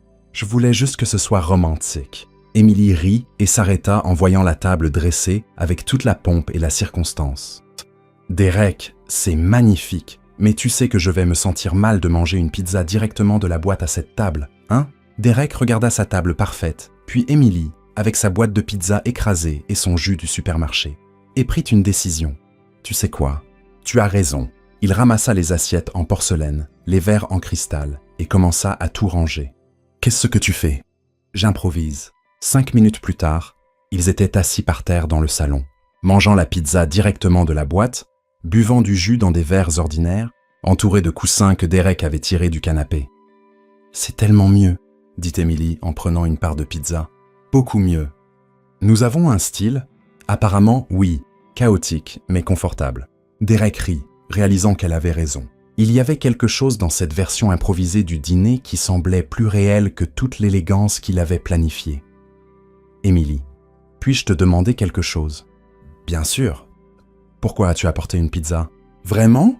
Émilie mâcha pensivement avant de répondre. « Parce que je voulais voir ce que tu ferais, si tu t'énervais, ou si tu essayais de prétendre que tout allait bien, ou si tu jetais tout le plan aux orties et que tu mangeais une pizza par terre avec moi. » « Exactement. Et quelle réponse espérais-tu ?»« Honnêtement, » sourit Émilie, « celle-là. » Ils parlèrent pendant des heures. Derek lui raconta son enfance avec des attentes impossibles. Comment il ne savait jamais si les gens l'aimaient lui ou juste son nom de famille. Émilie partagea comment elle avait travaillé depuis ses 16 ans et son rêve de changer le monde par le droit. « Tu te souviens quand tu es montée dans ma voiture ?» Rit Émilie en prenant une autre part. « Comment pourrais-je oublier? Tu conduisais comme si tu fuyais le FBI. J'étais terrifié. Un inconnu monte dans ma voiture et commence à me donner des ordres. Conduis n'est pas donner des ordres. C'est une direction efficace. Derek Stone, tu as littéralement détourné ma voiture.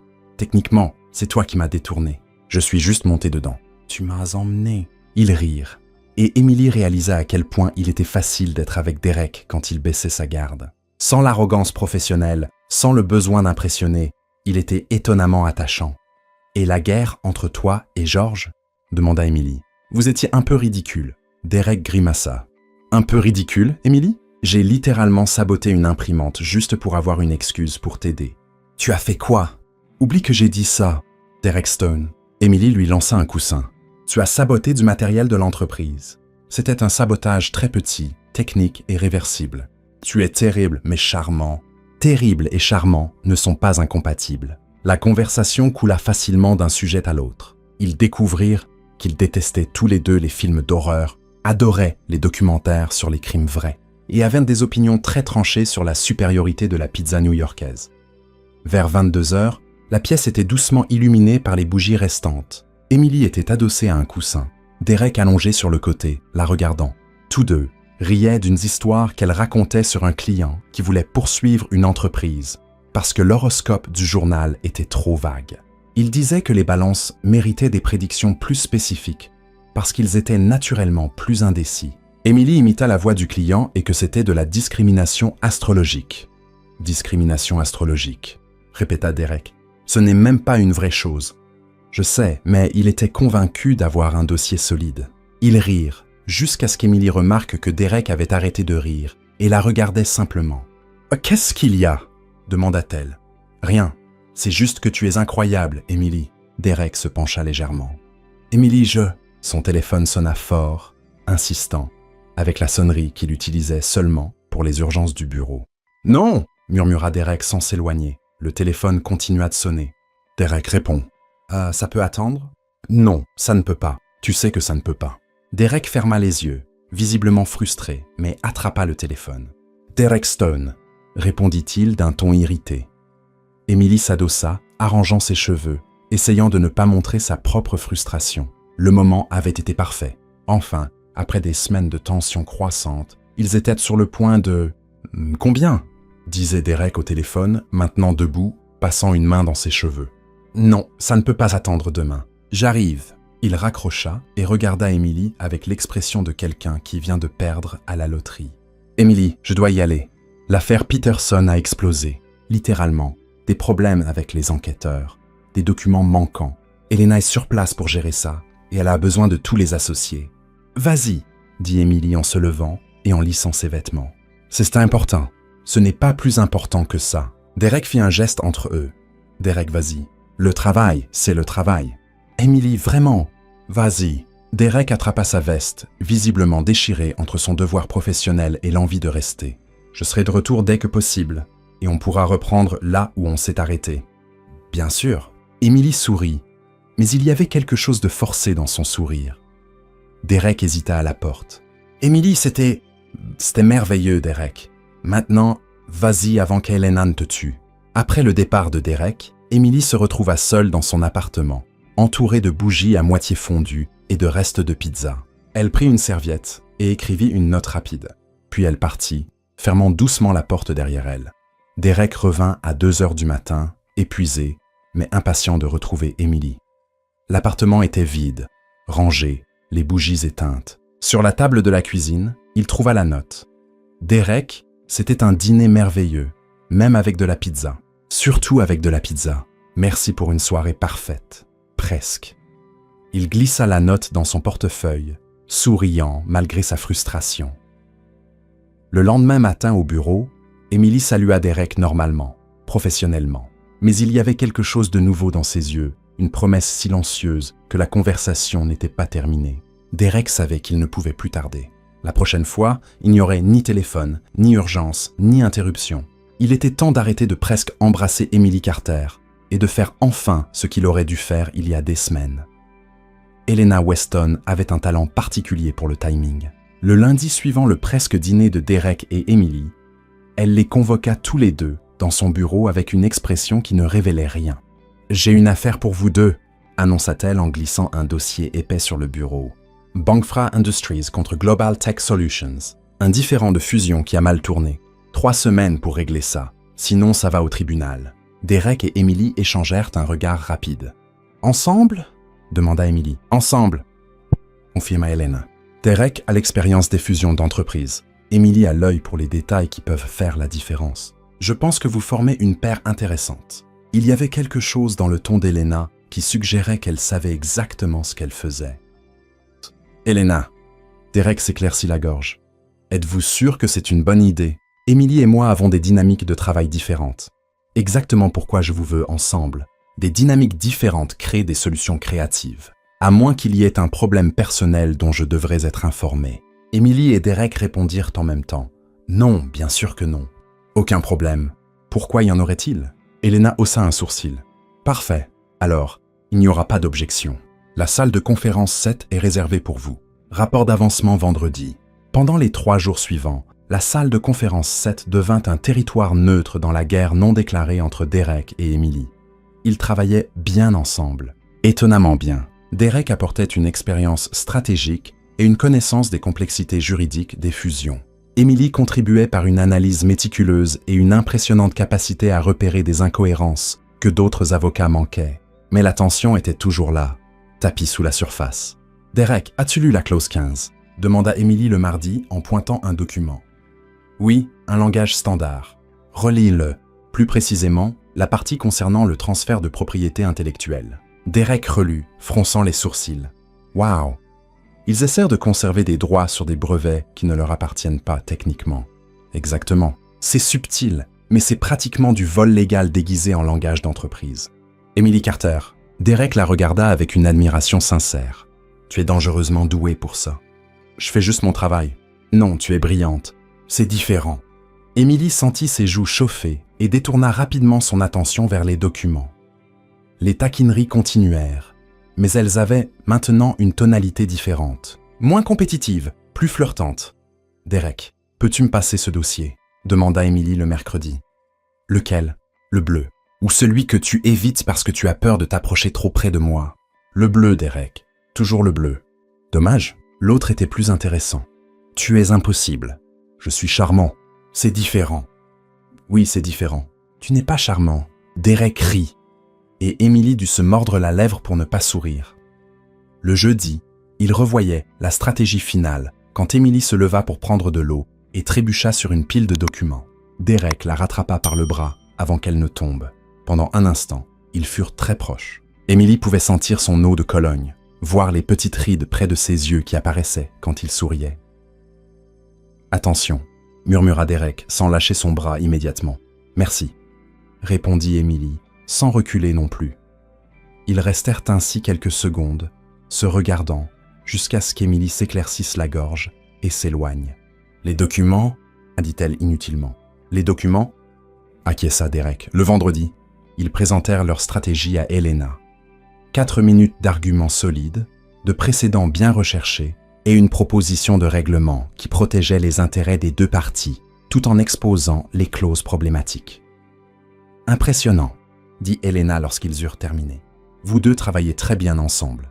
L'affaire est pratiquement gagnée. » Derek et Emily échangèrent des sourires fiers. « Vous pouvez utiliser le reste de l'après-midi pour finaliser les détails. Bon travail. » Seuls dans la salle de conférence, ils commencèrent à organiser les papiers. L'affaire était presque bouclée. La pression de la deadline s'était allégée, et pour la première fois de la semaine, ils pouvaient se détendre. « On est bon à ça », dit Emily en empilant des documents.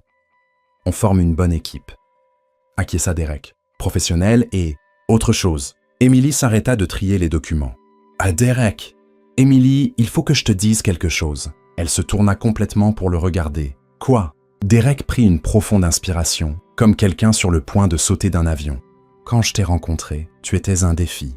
Quelqu'un que je voulais conquérir.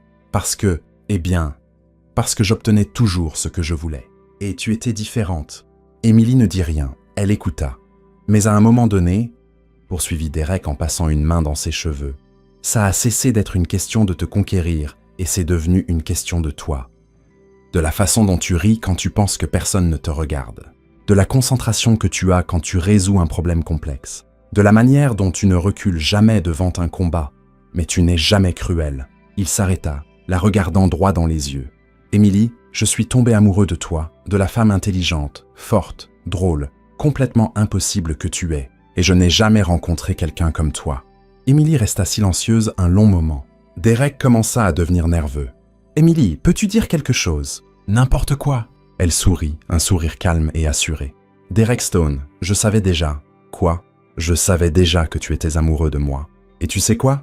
J'attendais juste que tu arrêtes de tergiverser et que tu le dises enfin. » Derek cligna des yeux. « Et tu savais ? Derek, tu as saboté du matériel de bureau pour m'impressionner. Tu as organisé des dîners élaborés. Tu as apporté du café gourmet tous les jours pendant 1 semaine. Et tu pensais que tu étais subtil. Je pensais que j'étais charmant. Tu étais évident, adorablement évident. Et toi ? » Derek s'approcha. « Que ressens-tu » Emily s'approcha aussi. « Je pense que tu devras le découvrir. » Derek n'eut pas besoin de plus d'encouragement. Il se pencha et l'embrassa. Vraiment, cette fois, sans hésitation, sans interruption, sans jeu. Emily répondit immédiatement, comme si elle avait attendu ce moment depuis des semaines. Le baiser était tout ce que Derek avait imaginé et plus encore. Doux, mais avec une intensité qui faisait battre son cœur. Quand ils se séparèrent, ils souriaient tous les deux. « Alors » murmura Derek, tenant toujours son visage. « Ça veut dire que tu es amoureuse de moi aussi. Ça veut dire que tu as enfin compris. Emily Carter, tu es impossible. Derek Stone, toi aussi. » Ils rirent et s'embrassèrent à nouveau. De l'autre côté de la paroi vitrée de la salle de conférence, George passa avec des dossiers. Il vit Emily et Derek s'embrasser et s'arrêta un instant. Il ressentit une douleur dans la poitrine. il ne pouvait le nier. Mais en les regardant, en voyant le bonheur sincère sur le visage d'Emily, George sourit doucement. Emily méritait d'être heureuse. Et si Derek Stone pouvait lui offrir cela, alors George pouvait l'accepter. Il continua à marcher dans le couloir, les laissant seuls. « Derek », dit Emily, lorsqu'ils arrêtèrent de s'embrasser pour la 3e fois. « Oui ? Je n'arrive pas à croire qu'il t'ait fallu autant de temps pour trouver le courage de dire quelque chose. Les déclarations sont un terrain compliqué. Je voulais être sûr de ne pas tout gâcher. » « Gâcher comment ? Comme, je ne sais pas. Et si tu avais dit que tu me voyais seulement comme un collègue ou que tu pensais que j'étais juste un idiot arrogant ?» Emily rit. « Derek, tu es un idiot arrogant, mais maintenant, tu es mon idiot arrogant. Techniquement, je pense que ça veut dire qu'on sort ensemble maintenant. » « Techniquement, je pense que oui. » « Bien. » Derek la rapprocha. « Parce que j'ai des projets pour nous. » « Quel genre de projet ? Le genre qui implique de la pizza, des films affreux, et beaucoup de temps pour rattraper tous les moments où j'ai presque t'embrassé, mais ne l'ai pas fait. » Emily sourit. « Derek Stone, tu parles enfin ma langue. » 6 mois plus tard, Derek convoqua Emily à une réunion urgente un vendredi à 18h. « Derek, quel genre de réunion urgente a lieu à 18h un vendredi ?» protesta Emily lorsqu'il apparut à son bureau. « J'ai des plans avec Sandra ce soir. C'est à propos de l'affaire Morrison. Développement important. Salle de conférence principale. 5 minutes. » Emily soupira, sauvegarda le document sur lequel elle travaillait et le suivit dans le couloir. « J'espère que c'est vraiment important, » marmonna-t-elle. « Sandra va me tuer si j'annule encore notre happy hour. » Derek ouvrit la porte de la salle de conférence principale et lui fit signe d'entrer en premier. « Après vous, maître Carter. » Emily entra et s'arrêta immédiatement. La pièce était transformée. Des pétales de rose couvraient le sol. De petites bougies dégageaient une lueur chaude et les murs étaient décorés de photos. Des images d'eux depuis le début. Il y avait une photo de la Toyota argentée d'Emily garée devant le café, prise le lendemain de l'incident. Une photo d'eux en train de discuter passionnément pendant l'affaire Bankfra, gesticulant dramatiquement. Une photo du bureau d'Emily le jour de sa promotion. Même une photo floue affreuse que Sandra avait prise en cachette d'eux, en train de s'embrasser dans la salle de pause. « Derek », murmura Emily, couvrant sa bouche avec ses mains. « Qu'est-ce que c'est ?» Ça, Derek se tenait au centre de la pièce. « C'est notre histoire. » Il pointa la première photo. « Ça a commencé avec toi pensant que j'étais un criminel, puis... » Il montra une autre. « Ça a continué avec toi, prouvant que j'avais complètement tort sur tout, et enfin... » Il indiqua la dernière. « Ça nous a menés ici, où j'ai réalisé que la femme la plus incroyable que j'ai jamais rencontrée était juste devant moi tout ce temps. » Derek s'agenouilla au milieu des pétales de rose, sortant une petite boîte en velours de sa poche. Emily commença à rire et à pleurer en même temps. « Derek Stone, tu es complètement fou, » dit-elle. « Fou de toi, » termina-t-il. « Emily Carter, tu es la meilleure erreur que j'ai jamais faite. Veux-tu m'épouser ?» Emily regarda la bague, simple, élégante, parfaite. Puis Derek, agenouillé dans ce qui était censé être une salle de réunion d'entreprise, mais qu'il avait transformé en quelque chose de magique. « Oui, » dit-elle, riant à travers ses larmes. « Oui, bien sûr, oui. » Derek se leva et l'embrassa, la soulevant du sol, alors que les pétales de rose volaient autour d'eux. « Attends. » Emily recula une seconde. « Il n'y a pas d'affaire Morrison urgente, n'est-ce pas ?»« Si. L'affaire de Derek Stone contre la chance de perdre l'amour de sa vie par manque de courage. Tu es impossible. Je suis fiancé. Grosse différence. 3 mois plus tard, ils se marièrent dans un élégant jardin de Long Island, entourés de collègues du cabinet, d'amis d'Emily de l'université, et même de quelques clients devenus proches au fil des ans. Helena Weston, vêtue d'un tailleur rose impeccable, officia la cérémonie. Apparemment, elle était autorisée à célébrer des mariages. « L'un de mes nombreux talents cachés, » avait-elle expliqué. « Nous sommes réunis aujourd'hui. » Y commença Helena. « Pour célébrer une union qui prouve que parfois, les meilleures relations commencent par les pires malentendus. » La foule rit, surtout Sandra, qui avait entendu l'histoire du détournement de voiture environ 50 fois. George était assis au 3e rang, portant son meilleur costume et tenant un paquet étonnamment petit. Au fil des mois, il était devenu l'un des plus grands soutiens de la relation entre Derek et Emily, racontant souvent à qui voulait l'entendre qu'il avait vu leur alchimie dès le premier jour. « Derek, » continua Helena, « vous pouvez prononcer vos vœux. » Derek prit une profonde inspiration, regardant Emily dans sa robe simple mais époustouflante. « Emily, quand je t'ai rencontrée, tu fuyais loin de moi à 100 km/h. Ironiquement, c'est à ce moment-là que j'ai su que je voulais passer le reste de ma vie à essayer de te rattraper. Je promets d'aimer ton intelligence, ton humour, ta capacité à me remettre à ma place quand j'en ai besoin, et surtout, ton don extraordinaire de transformer les pires journées en quelque chose de drôle. Émilie pleurait à nouveau. Je promets aussi de ne plus jamais monter dans la mauvaise voiture, ajouta Derek, faisant rire tout le monde. Et je promets que, peu importe où la vie nous mènera, je voudrais toujours que tu sois au volant. Émilie, dit Helena en se tournant vers la mariée. Vos vœux. Émilie essuya ses larmes et sourit. Derek, tu es entré dans ma vie de la manière la plus littérale possible, en montant dans ma voiture sans prévenir. Et depuis, tu t'es immiscé dans chaque partie de ma vie de la même manière, sans prévenir, un peu maladroit, mais rendant toujours tout meilleur et plus intéressant.